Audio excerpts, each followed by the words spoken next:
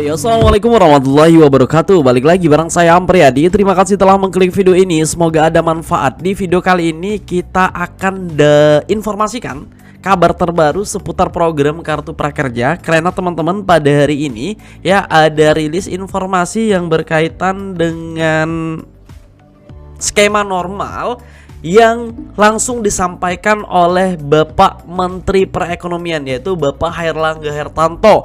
Ada 3 informasi terbaru seputar program Kartu Prakerja yang disampaikan pada saat konferensi pers pada hari ini. Seperti apa 3 informasinya kita akan bahas di video kali ini ya. Jadi ini berdasarkan konferensi pers Kementerian Koordinator Bidang Perekonomian pada 5 Januari 2023, artinya hari ini teman-teman. Oke.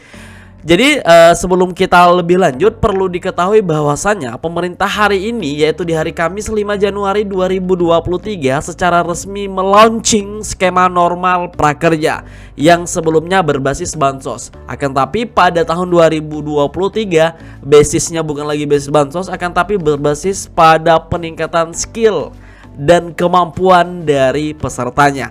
Ada 3 poin perubahan penting teman-teman pada skema normal yang disampaikan Bapak Airlangga Hartarto ini. Apa saja 3 poinnya kita akan bahas secara tuntas. Sebelumnya kami ucapkan selamat kepada teman-teman yang memenangi program renovasi rumah 30 juta. Untuk update progres renovasi rumahnya, teman-teman bisa cek langsung ke Instagramnya Catatan Guru teman-teman. Nah, sembari sebelum kita bahas lebih lanjut, teman-teman coba deh lihat pernyataan langsung atau dengarkan bersama-sama konferensi pers dari Bapak Airlangga. Assalamualaikum warahmatullahi wabarakatuh. Salam sejahtera bagi kita semua. Yang kami hormati teman-teman media cetak, media elektronik. Saya didampingi oleh Pak Menteri Perindustrian dan Bapak Wakapolri selaku Komite Cipta Kerja.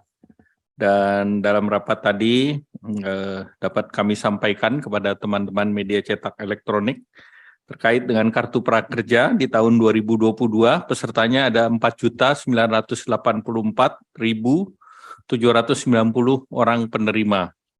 Kemudian total anggaran adalah 18 triliun dengan realisasi 17,84 triliun atau 99,12% serapan anggarannya. Prakerja terbukti membantu peningkatan skill, peningkatan inklusi keuangan, sekaligus membantu daya beli masyarakat dengan skema semi bansos. Nah, program Kartu Prakerja ini dilanjutkan di tahun 2023 dengan skema normal. Sekali lagi, skemanya bukan semi bansos lagi, tetapi skema normal yang diatur dalam Perpres 113 tahun 2022 dan pelaksanaannya oleh Permenko Ekon 17/2022. Total anggaran di tahap awal adalah 2,67 triliun. Jadi skemanya berubah drastis. Anggarannya turun dari 18 triliun menjadi 2,67 triliun dan targetnya untuk 595.000. Dan di tahun ini diputuskan sebetulnya jumlah pesertanya adalah 1 juta orang. Sehingga totalnya kita membutuhkan tambahan anggaran sebesar 1,7 triliun di tahun ini, karena 2,67 itu untuk 595.000 dan untuk itu perlu ditambahkan 450.000 orang.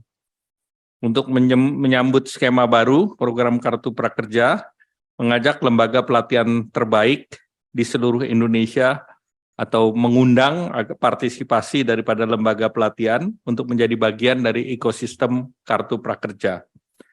Lembaga pelatihan wajib memiliki asesmen dan mengikuti asesmen sebagai penyedia pelatihan pada skema normal.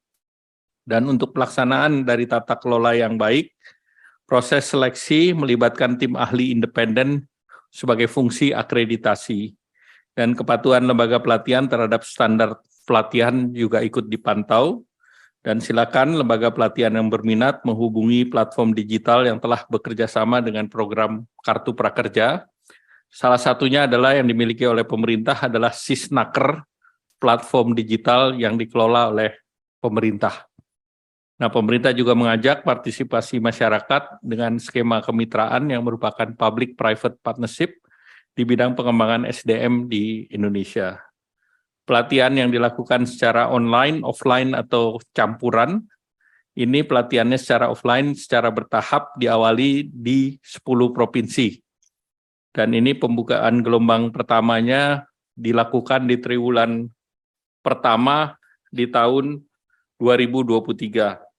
Untuk tahap pertama ini di beberapa daerah adalah DKI Jakarta, Jabar, Jateng, Jatim, Kalbar, Sumut, Sulsel, Bali, NTT, dan Papua. Beberapa hal baru yang dilakukan dalam skema normal, yaitu skema bansos ataupun online itu minimal 6 jam, itu ditingkatkan menjadi 15 jam. Jadi sekarang pelatihannya menjadi 15 jam. Kemudian bauran bantuan ataupun biayanya adalah per orang 4,2 juta, namun biaya pelatihannya lebih tinggi. Pada saat skema bansos, pelatihan lebih rendah daripada bantuan. Sekarang biaya pelatihan sebesar 3,5 juta, dan biaya untuk pergantian transport itu sebesar 600.000, dibayarkan 1 kali, dan insentif survei sebesar 100.000 untuk 2 kali survei. Karena tidak lagi bersifat semi bansos, maka penerima bantuan seperti subsidi upah, BPUM, dan PKH boleh menjadi peserta kartu prakerja. Karena ini untuk retraining dan reskilling, bukan bansos lagi. Nah, bidang-bidang fokus yang pada keterampilan tertentu, ini tadi sudah disebutkan dalam berbagai hal, misalnya yang masuk dalam kriteria Indonesia Critical Occupation List, Indonesia Occupational Task Force, studi dari World Economic Forum, kemudian juga terkait dengan Future of Job, terkait juga dengan research online. Ini antara lain adalah beberapa pendidikan yang terkait dengan bisnis, itu seperti digital marketing, data spesialis, manajer logistik, surveyor, dan desain grafis.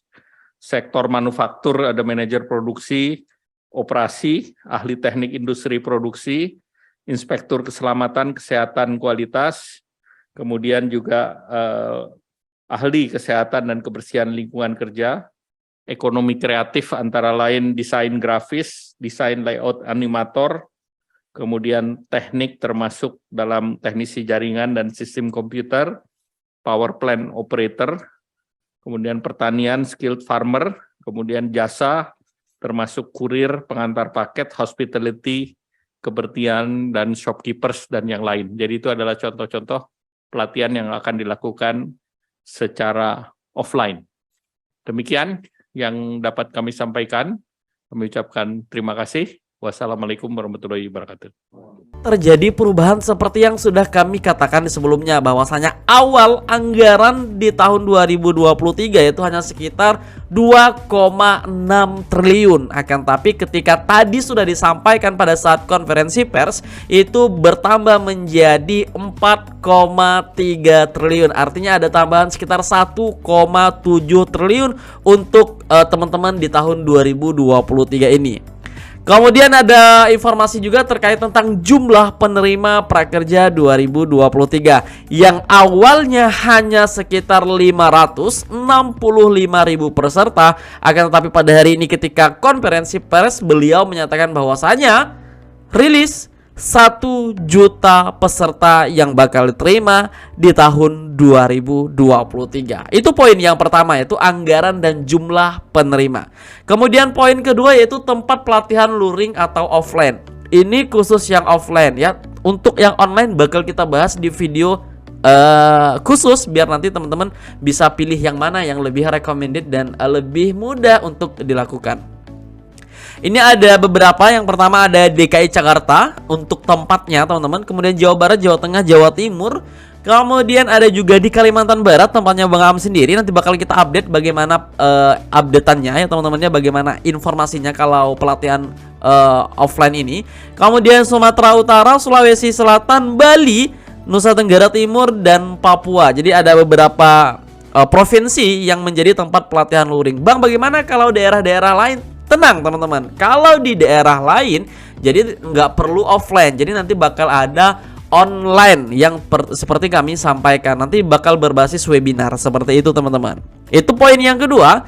Kemudian ini poin yang ketiga. Poin yang ketiga adalah pembukaan gelombang prakerja akan dilakukan di triwulan pertama, yaitu sekitar Januari, Februari, Maret 2023. Akan tapi kami prediksi sesuai dengan tahun yang lalu, yaitu di sekitar minggu kedua di bulan Februari. Benar-benar ya teman-teman, mudah-mudahan benar seperti itu. Kemudian durasi pelatihan dari yang hanya 6 jam di semi bansos kemarin sekarang berubah menjadi 15 jam. Lumayan lama ya teman-teman, dan lumayan menguras tenaga, otak, dan kuota tentunya jika dilakukan secara online. Apalagi secara offline ya, kendaraan, motor, dan lain sebagainya ya. Jadi ada transportasinya, katanya itu ada 600.000 tadi. Itu adalah biaya transportasi ya teman-teman, 600.000. Kemudian 100.000 biaya evaluasi, survei evaluasi. Nah, ada 3 poin tersebut. Jika ada pertanyaan, tulis saja di kolom komentar. Nanti jika ada informasi-informasi terupdate seputar prakerja, kita bakal update di channel ini. Jadi teman-teman pastikan udah subscribe, nyalakan loncengnya, biar nanti ketika kami upload video terbaru, teman-teman adalah orang yang pertama mendapat notifikasi dari kita. Semoga ini menjadi wasilah kebaikan buat kita semua. Jika bermanfaat, di-share lah teman-teman ke grup WhatsApp, grup WA, dan lain grup Facebook dan lain sebagainya, Telegram, biar yang lain juga semangat karena kuotanya bertambah meskipun insentifnya menurun. Tapi teman-teman, biaya pelatihannya bertambah, otomatis nanti cashbacknya juga bertambah. Nah, mungkin sampai di situ saja, sampai di sini saja maksudnya informasi kali ini. Semoga bermanfaat dan kami akhiri. Assalamualaikum warahmatullahi wabarakatuh. Sampai ketemu di video berikutnya. Terima kasih.